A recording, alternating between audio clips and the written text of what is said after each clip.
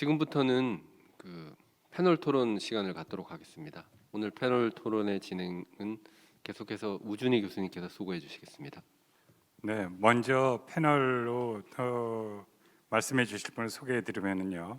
서울대학교 황응수 교수입니다. 서울대학교 의과대학 미생물학교실 주임 교수를 역임하셨고, 황응수 교수는 유니버시티 노스캐롤라이나에서 교환 교수를 하셨고, 대한미생물학회장, 대한바이러스학회장, 대한감염학회장을 역임하셨고, 현재 대한백신학회 회장으로 계십니다.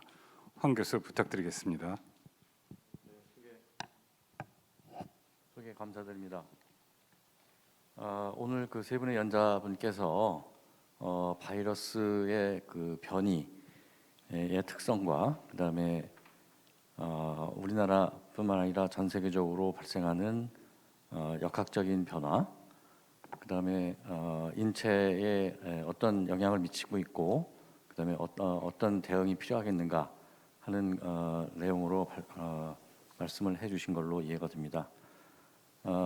지금 그 대유행이 다시 한번 그 유행할 거냐, 아니면 그 잘 컨트롤이 될 거냐, 뭐 이런 주제로 오늘 시작이 된 것 같은데, 우선 그 바이러스 자체의 변화도 굉장히 중요한 그 하나의 팩터가 될 거고, 그다음에 이런 그 바이러스가 인체에 전달되지 않게 비약물적 중재 방법, 그러니까 마스크를 쓴다든가 뭐 하는 방법들이 적용될 수 있고, 그다음에 그 사람 자체에서 백신이나 아니면 자연 감염에 의해서 면역이 형성되는 이런 것들이 아마 종합적으로 고려되어야 할 거라고 생각을 합니다. 바이러스 자체의 변화는 어차피 그 RNA 바이러스고 그 변이가 굉장히 많은 그 상황인데, 이런 바이러스 자체의 변이가 계속 생길 거는 당연한 사실일 거로 생각이 되고요. 이에 따라서 우리 몸이 그걸 과연 방어할 수 있는가 하는 거가 하나의 쟁점이 되겠습니다. 보통 이 바이러스가 사람 감염되고 다른 사람한테 전파되는 이렇게 사람에서만 국한되는 경우에는 전파 차단 이런 것이 어느 정도 그 집단 면역이 형성되면 가능할 거로 추정이 되고요. 반면에 그 중간에 어떤 다른 매개체, 보통 이제 동물들이 관여할 텐데, 그런 것들이 관여한다면 굉장히 컨트롤하기 어려운 그런 상황으로 될 가능성이 있습니다. 현재 코로나 바이러스에 대해서 지금까지 밝혀진 바에 의하면 오솔이나 토끼가 가능성이 있다라는 말까지 나오고 있고, 특히 이제 고양이는 이제 감염은 되는데 사람한테 전파시키지 않는다 하는 정도. 근데 특히 이제 가장 관심을 가져야 될 것 중에 하나는 이제 밍크였는데, 밍크 사육한 것들은 이제 다 도살한 그런 경우인데, 밍크는 사람에게도 아마 전파가 가능한 정도로 아마 이야기가 되고 있는 것 같습니다. 이런 중간 매개 동물들이 일부 존재하긴 하지만 현재로서는 크게 영향을 미치지 않을 거라고 추정이 되고요. 반면에 원래 기원을 했다고 추정하는 박쥐의 경우에는 아직 연구가 발표가 없지만 이 코로나 바이러스와 유사한 그런 것들이 지금 유행하는 것과 다른 그런 것들이 발생할 가능성은 충분히 있다고 생각을 합니다. 두 번째로는 이제 이런 매개동물이 없으니까 소수라고 생각이 되고 전파가 잘 이루어지지 않는 걸로 추정이 돼서 다행이라고 생각이 됩니다. 두 번째, 이제 사람한테 사람 간의 전파에 있어서 가장 중요한 것은 메르스 때도 그랬지만 슈퍼 스프레더로 해당되는 부분이 되겠습니다.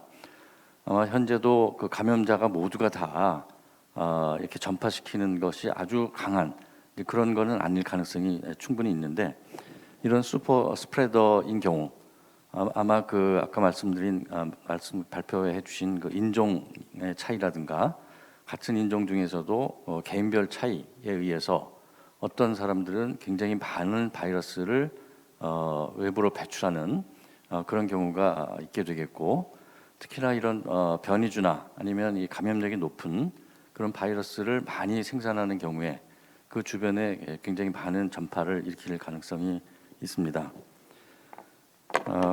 이런 슈퍼 스프레더가 존재하는 한에 있어서는 그다음에 변이주가 많이 발생하는 한에 있어서는 사람 간 전파를 방지하기는 어려울 수도 있습니다.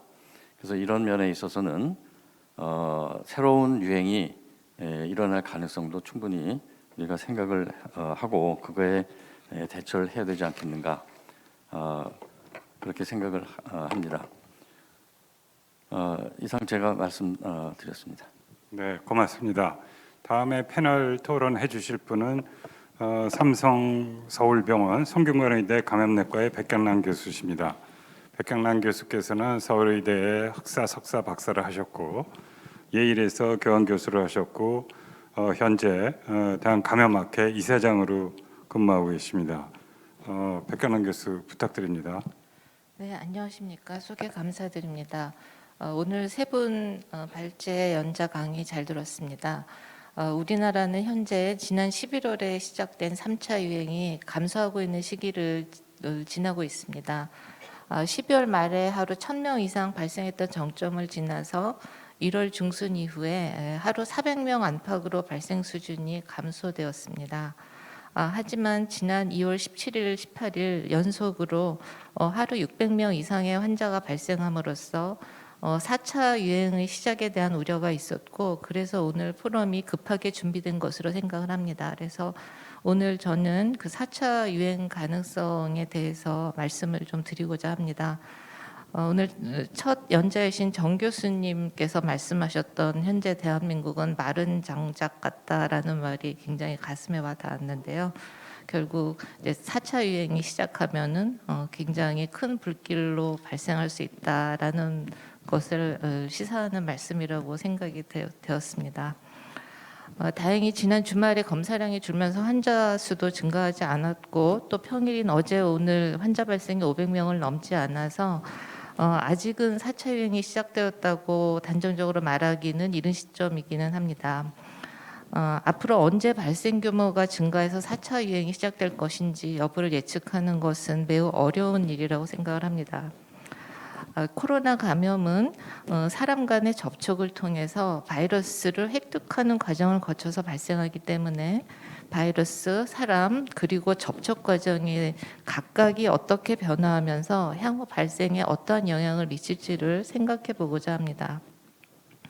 사람이 많이 움직이면 그만큼 접촉이 증가해서 비감염자가 감염자와 접촉할 가능성이 높아지고 환자 발생이 증가하게 됩니다. 국민의 이동량 동향을 간접적으로 구글 모빌리티 데이터를 통해서 저희가 볼 수가 있습니다. 1, 2, 3차 유행 피크 시기에는 모두 평년보다 소매점과 여가시설 이용량이 20% 이상 감소했었습니다. 올해 이동량을 보면 1월 10일부터 이미 증가하기 시작해서 2월 10일 설 연휴를 전후해서는 거의 평년과 비슷한 이동량을 보였습니다. 결국 증가된 이동량은 발생을 증가시키게 되는 요소로 작용하게 될 것으로 평가됩니다. 이 사람의 접촉을 인위적으로 감소시키기 위한 전략이 우리 정부의 사회적 거리두기 정책입니다. 작년 12월 8일 2.5단계로 상향되었고 12월 23일에는 5인 이상 집합금지가 발표되었습니다. 이러한 조치가 3차 유행을 조절하는 데 큰 도움이 되었다고 생각을 합니다.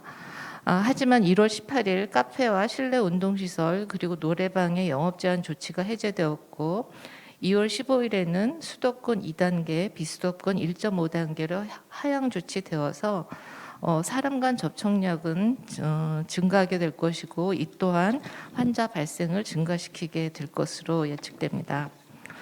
추가로 앞에서 여러분께서 말씀하신 것처럼 바이러스 변이가 계속 발견되고 있고 이러한 변이주가 전파력이 증가되었다는 보고들이 많이 있습니다. 결국 같은 접촉이 발생을 하는 상황에서도 더 많은 환자가 발생한다라는 것을 의미하는 것이고요. 변이주 전파는 다행히 아직 국내에서는 문제가 되지 않고 또 해외 유입을 차단하기 위해서 방역 당국에서 많은 노력을 하고 있지만 결국은 유입이 될 것이고 국내 전파가 될 것입니다. 이제 그런 상황이 발생하면 환자 발생을 증가시키는 동력으로 작용할 것으로 예측을 합니다. 즉 최근에 여러 가지 상황이 모두 환자 발생이 증가하는 방향으로 변하고 있습니다. 사회 여러 곳에서 집단 발생이 계속되고 있는데 이러한 집단 발생의 숫자나 규모가 커진다면 결국 4차 유행으로 이어질 수 있습니다. 환자 발생을 감소시키기 위해서는 접촉을 줄이기 위해서 거리 두기를 강화해야 합니다만 사회적으로는 거리 두기 단계 완화에 대한 압력이 매우 커지고 있어서 결국 거리 두기 강화의 방향으로 가기는 어려움이 있을 것이고 완화의 방향으로 가게 될 가능성이 더 많을 것으로 추정됩니다. 거리두기 완화 속도가 빨라지면 환자 발생 증가 속도는 더 빨라질 것입니다. 거리두기 완화의 속도가 4차 유행 시기를 앞당길 수도 있고 지연시킬 수도 있다고 생각합니다. 우려되는 것은 4차 유행 발생 시 그 규모입니다. 2차 유행 이후 베이스라인 발생은 100명 이하였지만 3차 유행 이후 현재 베이스라인은 400명 수준으로 400명 정도 높아졌습니다. 그만큼 4차 유행이 발생한다면 그 규모는 3차 유행 때보다 훨씬 더 커질 것이라고 예측할 수 있겠습니다. 2월의 완화 정책의 영향은 3월에 나타날 것이기 때문에 상황을 예의주시해야 할 것입니다. 4차 유행이 발생하는 것을 원칙적으로 막을 수 없다면 그 규모를 최소화하기 위해서 거리두기 완화를 시행하더라도 좀 서서히 진행을 해야 될 것으로 생각합니다. 그리고 또한 어떤 사회적, 의료적 피해를 최소화해야 하는데 의료적으로 중증 환자 발생과 사망률을 줄이는 것입니다. 고령자가 가장 큰 위험군이기 때문에 이들을 보호하는 것이 중요합니다. 그래서 요양시설에서는 입소자를 보호하기 위해서 종사자들이 주 1, 2회씩 PCR 검사를 당하는 수고를 하면서까지 버티고 있습니다. 다행히 종사자들에게는 곧 오늘부터 백신 접종이 시작되었습니다. 하지만 우리가 현재 확보한 아스트라제네카 백신이 65세 이상에서 접종이 보류됨으로써 입소자에게는 언제 접종이 시작될지 알 수 없고 고령의 위험군을 보호하는 것에는 한계가 있을 수밖에 없습니다. 최근에 데이터가 나왔는데 화이자와 아스트라제네카 백신을 모두 접종하고 있는 스코틀랜드에서 100만 명 이상 실제 백신 접종 결과를 발표했습니다. 75만 명이 65세 이상 연령층이 포함되었고 65세에서 79세는 두 백신을 유사한 비율로 접종하였고 80세 이상에서는 아스트라제네카 백신 접종이 더 많았다고 하였습니다. 논문에서는 1차 접종하고 약 한 달 후에 입원율 감소 효과를 평가하였습니다. 파이자 백신 85%, 아스트라제네카 94% 감소 효과를 보여주었습니다. 고령층에서도 80% 정도의 예방 효과를 보여주어서 두 가지 백신이 모두 입원을 예방하는 효과가 있음을 입증했습니다. 이러한 데이터를 기반으로 해서 국내 코로나19 백신 접종 계획을 재검토하고 65세 이상 고령자에게 백신 접종이 신속히 수행되어야 할 것 같습니다. 4차 유행으로 확대되기 이전에 고위험군에게 백신 접종이 먼저 이루어져야 할 것으로 생각됩니다. 또한 감염자가 많이 발생하면 변이주 발생 위험이 결국 증가하기 때문에 감염을 줄이기 위해서 백신 접종률을 신속히 올릴 필요가 있다고 생각을 합니다. 이상입니다. 네, 고맙습니다. 다음은 역학자 입장에서 울산의대 예방의학교실의 이상일 교수께서 발표해 주시겠습니다. 이상일 교수를 간략하게 소개 말씀 올리시면 서울의대에서 학사 박사를 하셨고 하버드 스쿨 오브 퍼블릭 헬스에서 MPH를 받으셨고 임피리얼 컬리지 런던에서 교환 교수를 하셨습니다. 그리고 의료질 향상학회에서 회장을 맡으셨고 현재 울산의대 예방의학 교수로 계십니다. 이상일 교수 부탁드립니다.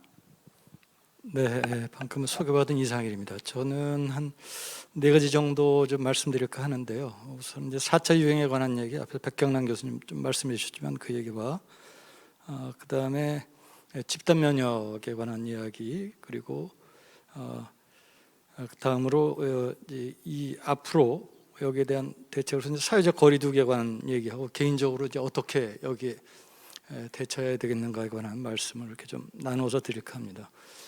앞서 발표하신 자료에 보셨듯이, 그러니까 저희 이 코로나19 유행 곡선의 모양을 보면 환자 수가 늘어날 때는 급격하게 올라갔다가 떨어질 때는 완만하게 떨어지는 시간이 좀 많이 걸리는 그런 양상을 보이고 있습니다. 이 곡선이 지닌 의미는 저희가 여기에 대처하기 위한 사회적 거리두기나 이런 대책을 세울 때 환자 수가 늘어난 그 단계에서는 단계를 신속하게 결정을 해야 된다는 것을 뜻하고, 단계를 낮출 때는 천천히 낮춰야 된다고 하는 것을 이렇게 뜻한다고 생각이 듭니다. 지금 4차 유행이 안 왔으면 좋겠지만 만약에 온다면 어떤 규모로 올 것이냐에 관해서 앞서 백경란 교수님 말씀해 주셨듯이 지금 1차 유행 전에 대개 10명 미만으로 있다가 1차 유행의 정점에 도달했을 때 하루에 800명이 발생했고요. 2차 유행 전에는 32명 정도가 발생하다가 하루에 정점에 올라갔을 때 441명이 발생했습니다. 그리고 3차 유행 전에 주 평균을 보면 98명 정도가 발생을 했는데 피크 때 1200명이 발생을 했고요. 지금 대개 거의 400명 부근의 숫자가 나오고 있습니다. 앞에 그런 양상을 저희가 그대로 적용해 본다면 아마 4,000명 가까이 발생할 수 있겠다 하는 그런 생각을 해볼 수가 있습니다. 실제로 이제 모델링을 해서 예측한 결과들도 보면 2,000에서 3,000명 정도가 될 것이라고 예측한 결과들이 있습니다. 이제 이 뜻은 여태까지 저희들이 경험하지 못했던 그 수준 이상의 크기로 올 가능성이 있다고 하는 것입니다. 물론 저희들이 사전에 노력을 해서 4차 유행이 오지 않게 만드는 것이 제일 중요하겠지만, 만일의 경우에 대비해서 거기에 대응할 수 있는 역학조사나 혹은 환자 진료 차질이 없도록 할 수 있는 의료 대응 역량을 사전에 확충시켜 놓을 필요가 있겠다고 하는 것을 시사한다고 하겠습니다. 두 번째는 집단 면역에 관한 얘기를 좀 하겠습니다. 그러니까 보니까 질병관리청 홈페이지에 보니까 백신 접종을 통해서 11월 집단 면역 달성을 목표로 한다고 그렇게 표현을 하고 있고, 또 아마 그런 목표가 이제 알려지면서 이제 언론에서도 11월이 되면 집단 면역 달성이 되는 것으로 가정을 하고 있는 경우들이 있는 것 같습니다. 그런데 제가 개인적으로 보기에는 지금 11월 집단 면역 달성 가능성은 그렇게 될 가능성보다 안 될 가능성이 훨씬 크다고 생각합니다. 여러 가지 불확실성이 있습니다. 첫째, 지금 정부가 예상하고 생각하고 있는 대로 백신이 확보될 것이냐에 관한 것도 불확실하고요. 두 번째는 지금 정부가 정부 목표가 지금 70%로 되어 있는데, 목표가 70%인데 그럼 실제로 접종률은 얼마나 될 것이냐. 아까 우리 천 교수님 발표할 때는 약 77%는 돼야 된다고 했는데 이제 그런 문제가 있고요.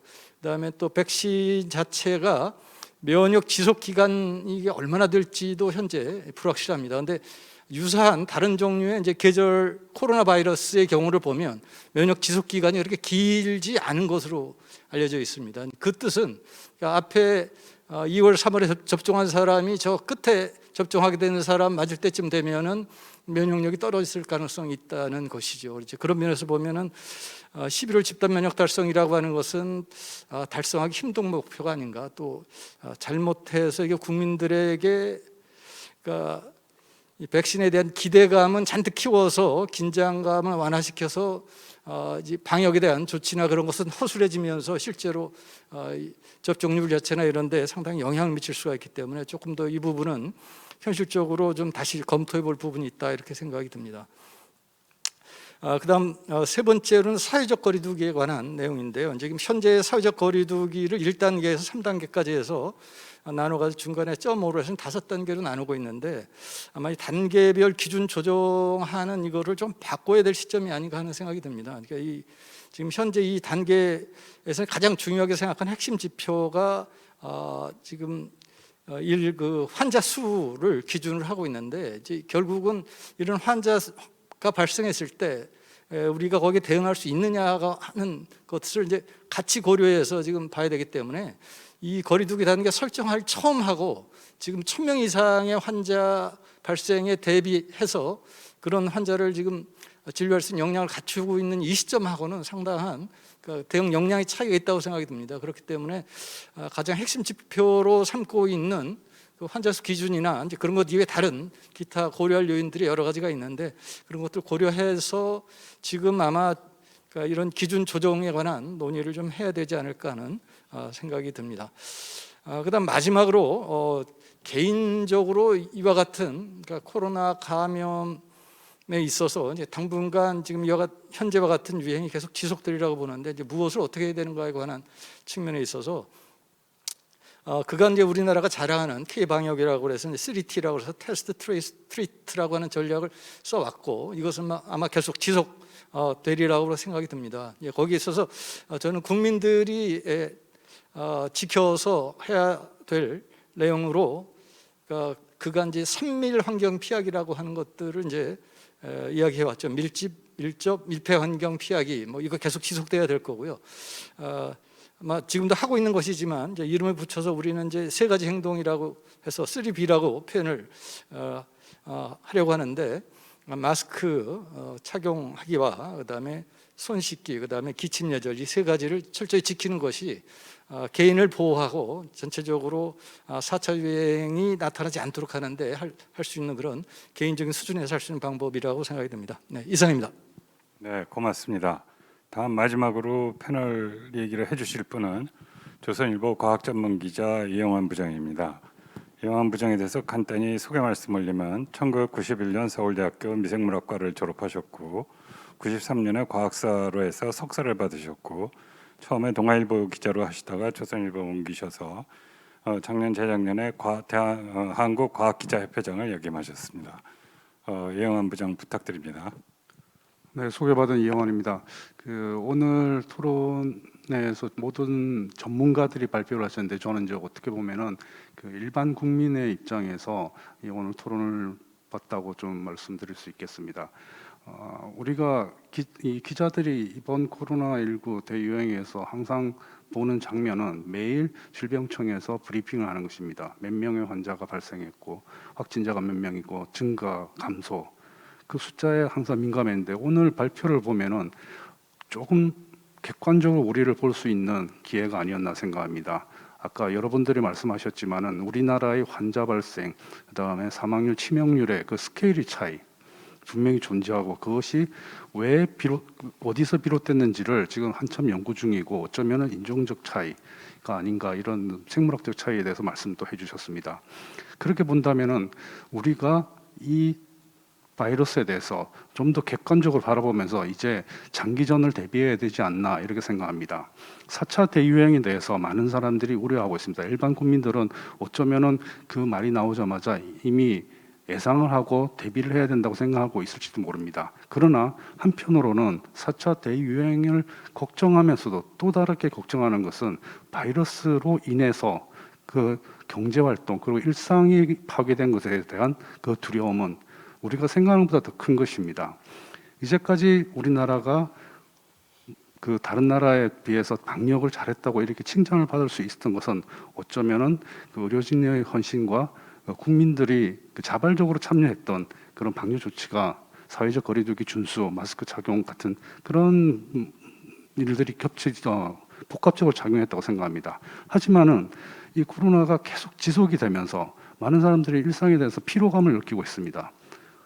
그래서 바이러스가 환자가 이렇게 어떻게 보면 확진자가 해외에 비하면 우리가 어느 정말 위험한 수준인가, 우리가 경제 활동을 모든 것을 차단할 만큼 위험한 것인가 이런 데서 회의감이 들기 시작하면은 걷잡을 수 없이 반발이 발생할 수 있을 것 같습니다. 그런 점에서 전문가들이 차분하게 혹은 좀 더 집중적으로 우리의 현실에 대해서 진단하는 그런 노력이 필요할 것 같습니다.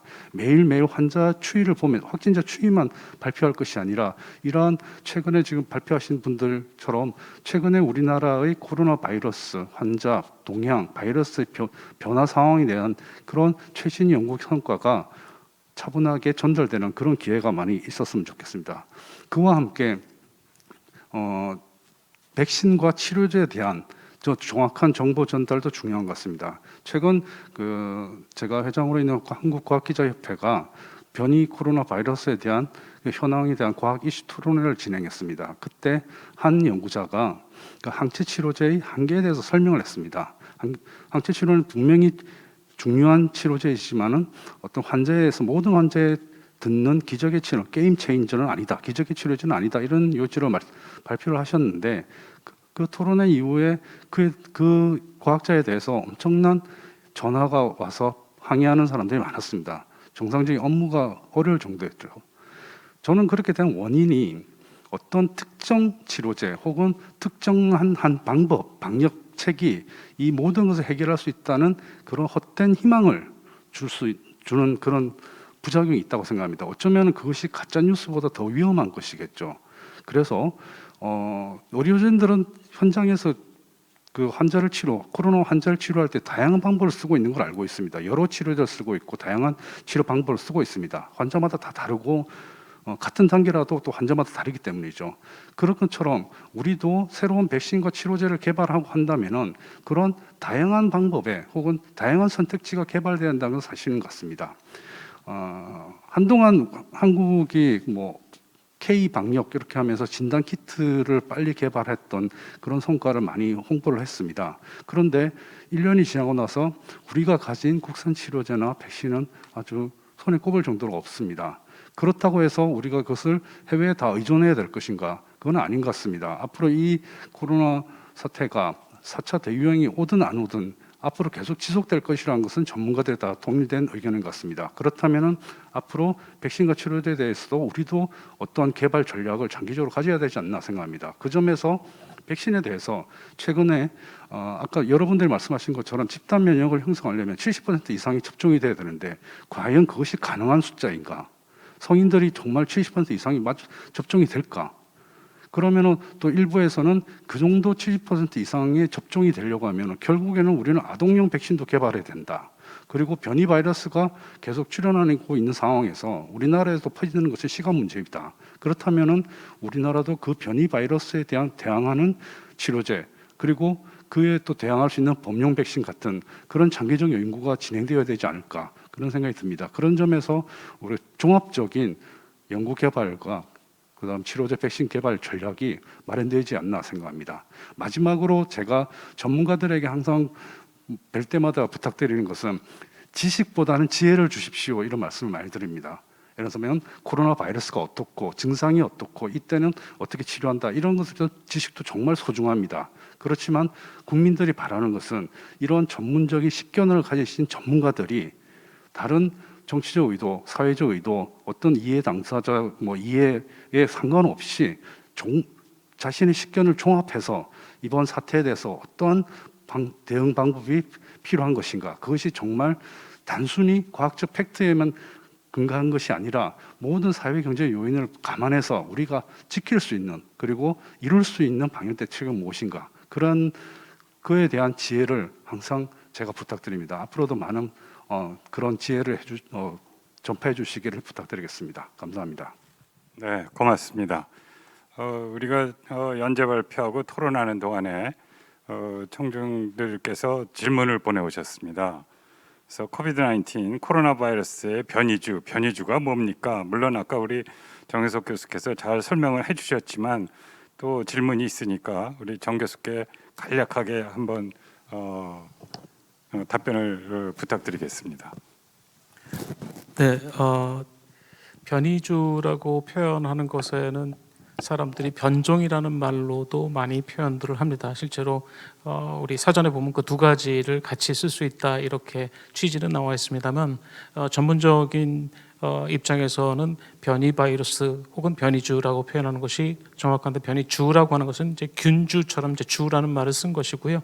사실은 일반인들에겐 변이 바이러스라는 말이 훨씬 더 익숙할 것으로 생각됩니다. 그 변이 바이러스라고 하는 것은 결국 처음에 우리가 어떤 바이러스로부터 분석을 시작했느냐 그리고 그것을 기준으로 했을 때 얼마나 달라졌고 어떤 부분이 달라졌으며 그 변화들은 어떤 식으로 진행되고 있는가 이런 것들이 모두 처음과 다른 형태의 아미노산이라든가 유전 정보의 변화 이런 것들을 포함했을 때 우리가 그것들을 모두 변이주라고 이렇게 표현할 수 있습니다. 고맙습니다. 그러면 또 한 가지 질문이 이제 이 코로나 바이러스 변종에 대해서 예방 주사의 효과는 어떤 거 얼마나 되는지, 이 코로나 바이러스 변종이라는 게 질병을 더 오랫동안 앓게 하는지 또는 사망률을 높이게 하는지 그런 거에 덧붙여서 이제 예방 주사의 효과는 어떤지 하는 질문입니다. 우리 황수 교수께서 좀 코멘트해 주시기 바랍니다.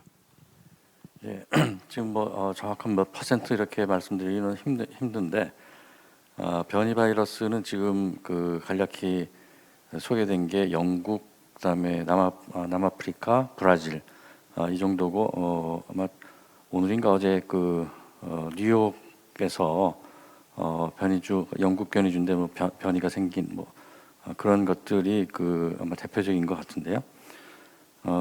mRNA 기반인 경우에 그 영국 변이주는 대부분 그 방어능이 있는 반면에 남아프리카 것은 뭐 3분의 1 정도로 떨어진다. 뭐 그런 게 발표가 된 것 같고요. 그다음에 아스트라제네카도 영국 거는 듣는데 남아프리카 안 된다. 그다음에 존슨앤존슨은 그 원래 한 70% 근처에 그 효과가 있었고 남아프리카도 한 50-60% 효과가 있다.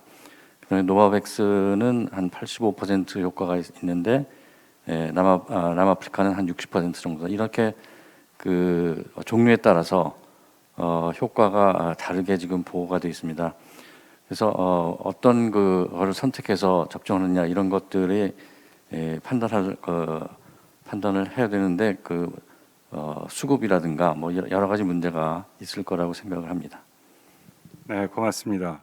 또 한 가지 질문은 그래서 그럼 코로나 19에 대해서 백신은 과연 어느 것을 권유해야 합니까? 하는 질문이 있습니다.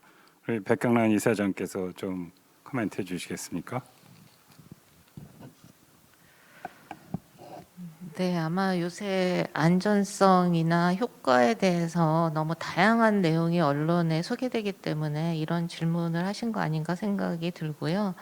사실 우리나라 정책을 고려하거나 기존의 백신의 과학적인 안전성, 효과성에 대해서 나온 데이터를 기반으로 봤을 때 그냥 차례가 오는 백신을 접종받아야 한다라고 말씀을 드릴 수 있을 것 같습니다. 그러니까 결국은 차례가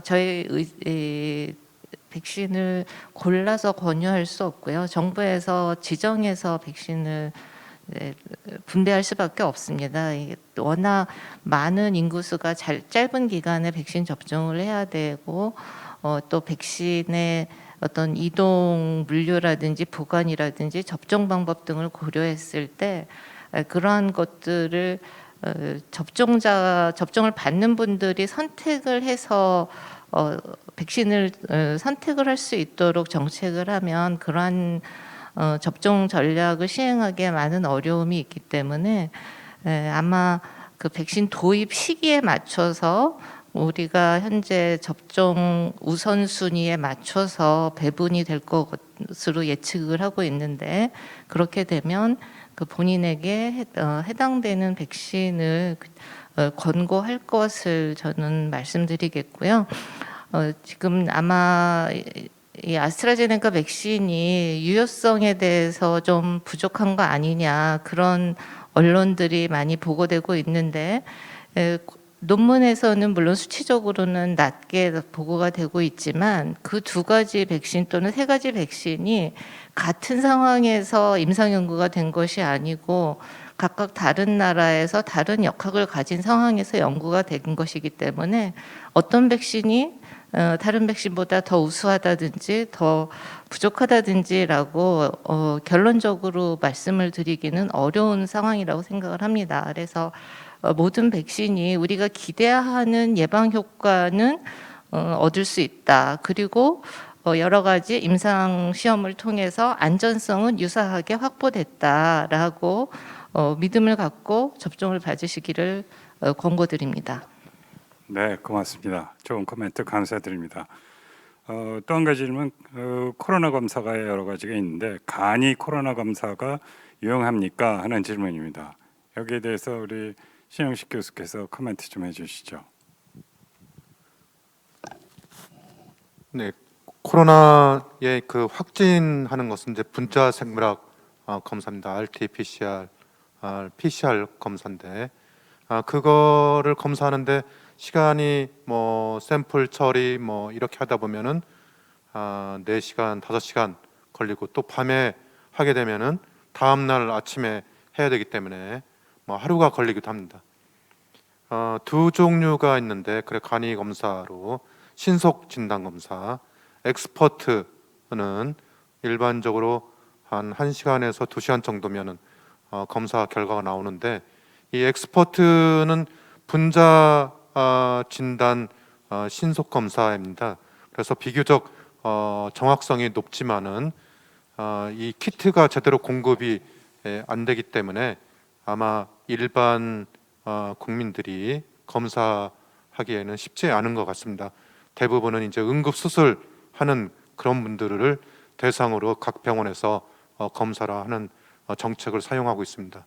그 외에는 이제 항원을 검사하는 신속 진단 검사인데 이것은 이제 항원 양에 따라서 검출이 되기 때문에 지금까지는 아마도 정확도가 한 50% 정도 된다고 보고를 하는 것 같습니다. 그런데 어쨌든 항원 양이니까 바이러스 양이 많을수록 검사에서 양성이 나오는 거고 바이러스 양이 적으면은 우위 음성이 나올 수 있겠습니다. 그래서 바이러스 양이 많은 사람이 다른 사람한테 전파를 시킬 가능성이 많고 많은 사람한테 전파를 시킬 수가 있기 때문에 다른 검사 방법이 유효하지 않은 때는 이런 신속 진단 항원 검사법으로서 우리가 유용하게 사용할 수 있습니다. 네, 고맙습니다. 또 한 가지 질문은 이제 신약 개발 결과를 코비드-19 코로나 바이러스에 치료하는데 신속 적용해서 외국에서도 이머전시 유즈 하는 경향이 있습니다. 환자로서 보면은 여러 가지 천연 건강식품 형태라든지 또는 발상의 전환 또 그리고 우리나라 관련 부처에서 직간접적으로 지원하는 형태 같은 것들이 논의가 됐으면 하는 바람이 있습니다 하고 질문을 코멘트를 해주셨습니다. 여기에 우리 이영환 조선일보 과학전문기자께서 좀 코멘트 좀 해주시겠습니까? 네, 제가 이 질문을 보고 이제 복합적인 질문이라고 생각합니다. 일단 천연물이라든지 이런 거 말씀하셨는데 최근에 그 소셜 미디어를 통해서 코로나 바이러스를 이겨내는 방법이다 이러면서 특정 약물을 이야기하는 것이 많이 돌았습니다. 그런데 거기에 대해서 식약처나 질병청에서 아주 우려하는 발표를 했습니다. 지금 현재 그 인터넷이나 소셜 미디어에 돌고 있는 여러 가지 특효약이나 혹은 예방법이라는 것은 다 근거가 없는 것입니다. 지금 현재 개발되고 있는 것은 대부분 그 제약회사나 대학이나 이런 데서 개발하고 있는 것은 신약 재창출이 가장 먼저 이루어지고 있습니다. 신속 허가도 받은 것도 대부분 그런 것입니다. 간단히 말해서 다른 질병 치료제로 개발된 것인데 그것이 이번 코로나 치료제로 전용이 되는 것이죠. 그럴 수밖에 없는 것이 이렇게 갑자기 바이러스가 퍼지는 상황에서 예전처럼 새롭게 타겟을 잡아서 신약을 개발하기는 아주 시간이 부족합니다. 그럴 바에는 이미 안전성이 입증된 약 중에서 혹은 비슷한 경로에 작용하는 약 중에서 코로나에 듣는 약이 있지 않을까 찾는 것이 당연한 수순인 것 같고요. 이제까지 아까 발제자가 발표하신 것처럼 렘데시비르나 덱사메타존 외에도 국내 제약사들도 한 2가지 정도 대해서 지금 임상 이상에서 좋은 결과가 나온 것 같습니다. 최근에 언론에서도 그런 내용들이 잘 알려지지 않아서 그렇지만은 많은 다양한 약들이 후보 물질로 지금 선택이 되고 개발되고 있습니다. 그런데 그 대부분들 약은 새로 개발된 약은 거의 없고 이미 다른 약에서 허가를 받았던 것이 코로나 치료제로 전용되는 경우입니다. 해외에서도 같은 방법이 이루어지고 있고요. 우리나라도 같은 루트로 가고 있는 걸로 알고 있습니다. 네, 감사합니다. 젊은 사람들이 자각 증상이 없고 활동량이 많아서 오히려 전파 위험이 크다고 생각하는데 이들을 백신 접종 후 순위로 취급하는 이유가 있을까요? 신 교수께서 좀 코멘트해 주시겠습니까?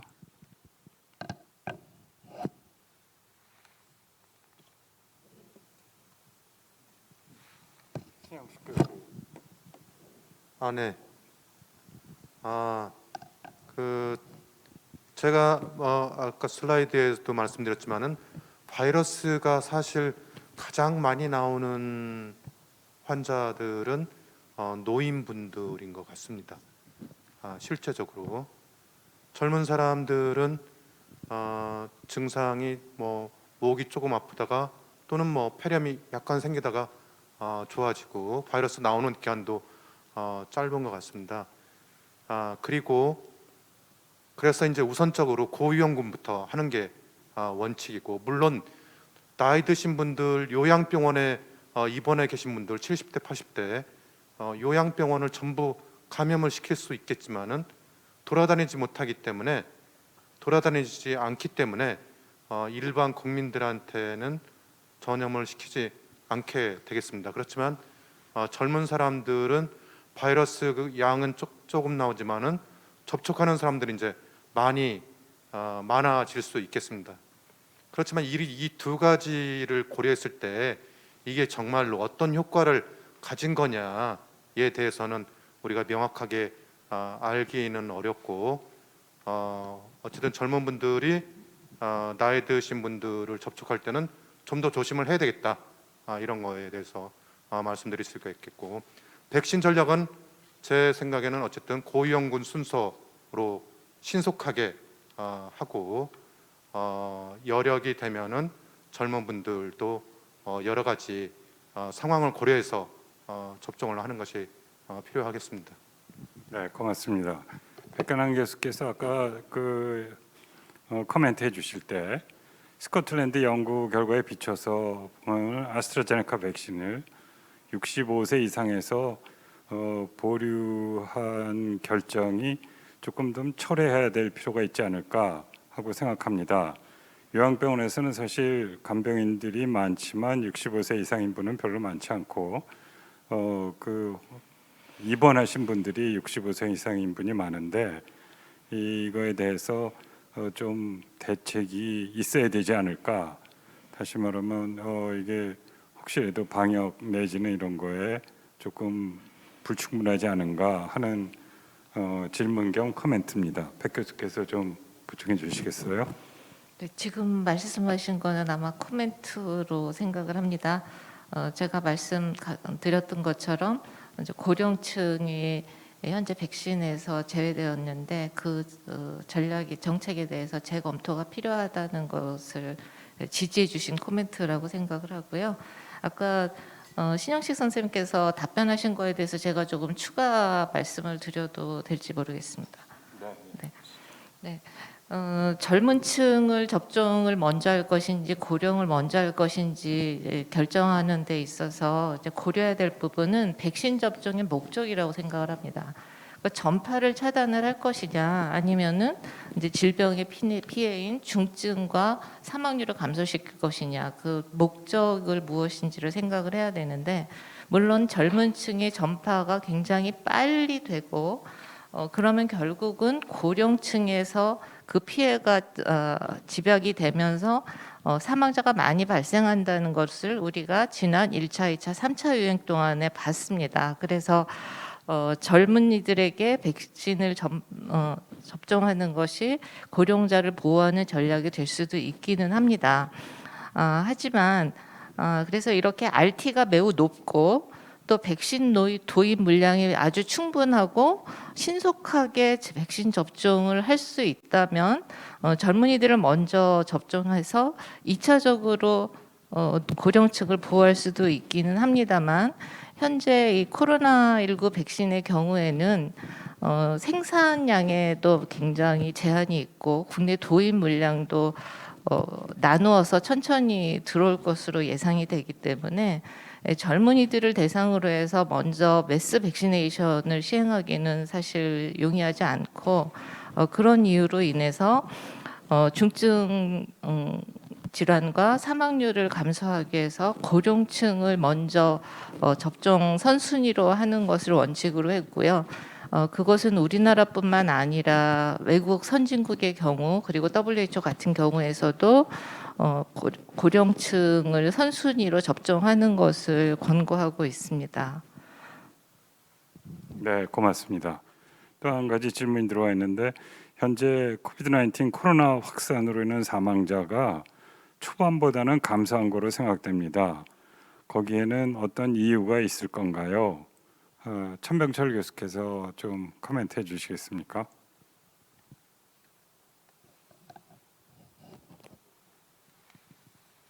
예, 아마 코비드-19 코로나로 인해서 사망자가 감소했다라는 것을 구체적으로 어떤 의미로 말씀하시는지는 알 수는 없겠습니다만 그 현재 입원하고 계신 분들이 아마 그 퇴원하거나 혹은 이제 사망하거나 하는 시점이 돼야 실제 우리가 정확한 치명률을 알 수 있을 것 같고요.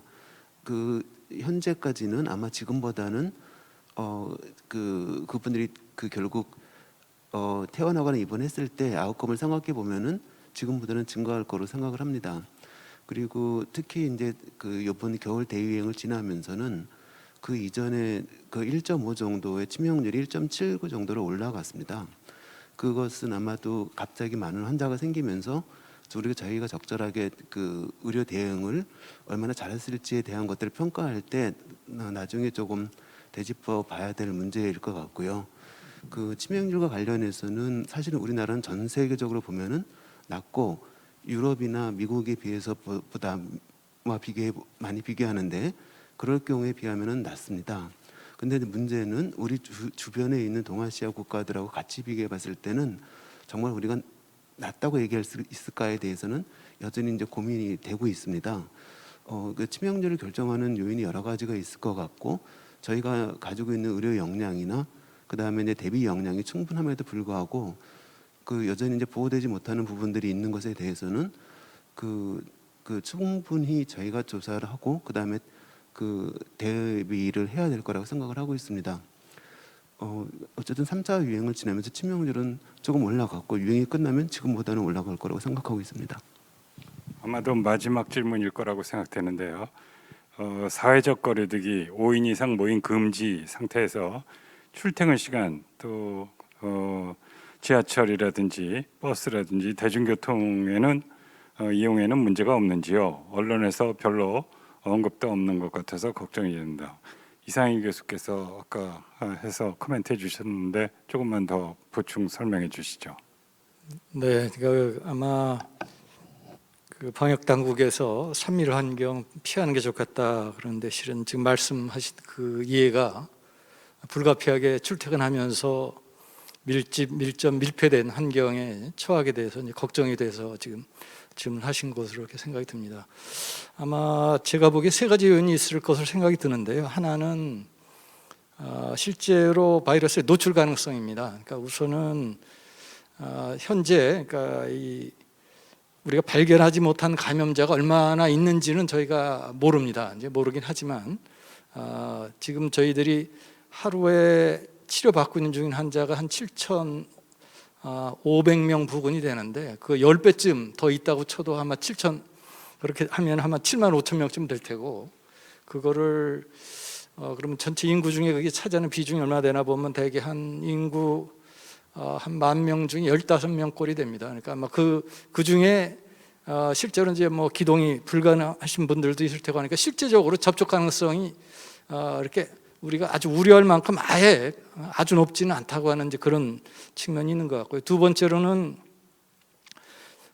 우리가 역학조사나 그런 걸 통해서 이제 감염 경로를 이제 조사하고 확인을 하는데 지하철이나 버스에서 그걸 통해서 감염이 됐다고 하는 것을 확인된 사례가 뭐 현재까지는 별로 없는 것 같습니다. 그래서 실제로 거기서 감염이 되었을 수도 있지만 아무튼 확인된 바가 없기 때문에 이제 언론이나 그런 데서 그걸 이제 다룰 수 없는 그런 측면이 있다고 생각이 들고요. 그다음에 세 번째로 제가 생각하기에 이게 더 중요하다고 생각하는데 저희들이 지금 착용하고 있는 마스크의 보호 효과가 생각보다 상당히 좋기 때문에 나타난 게 아닌가 싶습니다. 한 예로 지금 제가 근무하고 있는 병원에 초기에 확진자가 한 명이 생겼을 때 뭐 시 방역 당국 전체가 출동을 해서 병원 전체를 조사를 하고 뭐 굉장히 오랫동안 이제 방역 조치를 취하고 했는데, 요즘은 지금도 뭐 오늘도 보니까 또 확진자가 발생했다고 또 이제 원내 문자가 왔는데, 보니까 대부분의 경우에 그 환자나 보호자나 의료진, 그래서 양방이 다 마스크를 착용하고 있는 상태에서 감염이 된 경우는 매우 드뭅니다. 이제 아마 그런 것들이 이 마스크의 보호 효과가 이제 그런 데서 알 수 있듯이 지하철 내에서도 지금 뭐 모든 사람이 다 마스크 착용하도록 하고 있고 하기 때문에 그 효과가 나타난 게 아닌가 싶습니다. 이제 그런 측면에서 보면은 이제 우려는 되시겠지만, 그래서 가능하면은 방역당국에서 얘기하는 선밀 환경 피하도록 하시고, 혹시 그걸 피하실 수 없는 그런 불가피한 상황들이 있다고 하면 그 경우에 제가 앞서 말씀드린 세 가지 3B라고 말씀드렸는데, 마스크 착용하고 기침 예절 지키고 그다음에 손 잘 씻고 하는 것이 스스로를 보호하고 다른 분들한테 피해를 줄이는 그런 효과적인 방법인 것 같습니다. 네, 답변 고맙습니다. 그럼 오늘 세 분의 연자와 네 분의 패널 토론에 대해서 이걸 모두 마치도록 하겠습니다. 고맙습니다. 참여해 주셔서 감사드립니다.